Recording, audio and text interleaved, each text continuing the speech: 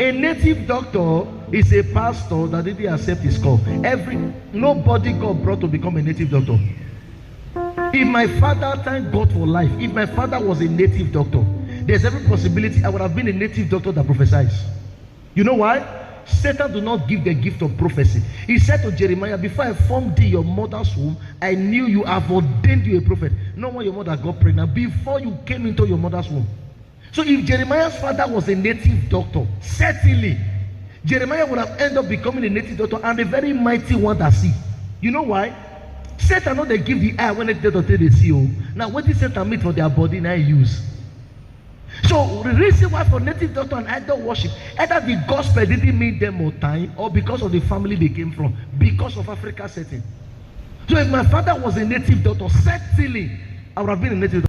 Not because Satan called me. No, now Satan for use what he God give me. Because I won't have known God. Are you understanding what I'm saying now? Because native doctors have ability to see. They were given that ability before they were born. Now prophet God bring they can't do.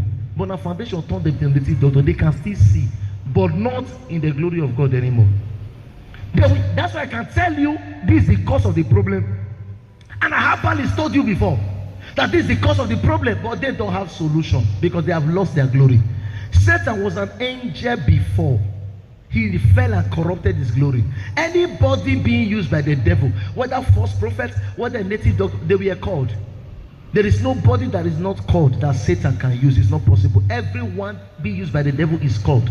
But you have to be called and lose your glory before you can be fit for Satan's use. Because he also corrupted his own anointing. So what he does is that he will make you are called, lose your glory, corrupt your anointing, then you become his vessel. That's why you have false prophets. And a thing you can never see in the mouth of a false prophet is truth. You know who I pity? I pity their members. Anybody that their pastor is fake, they will hardly make heaven.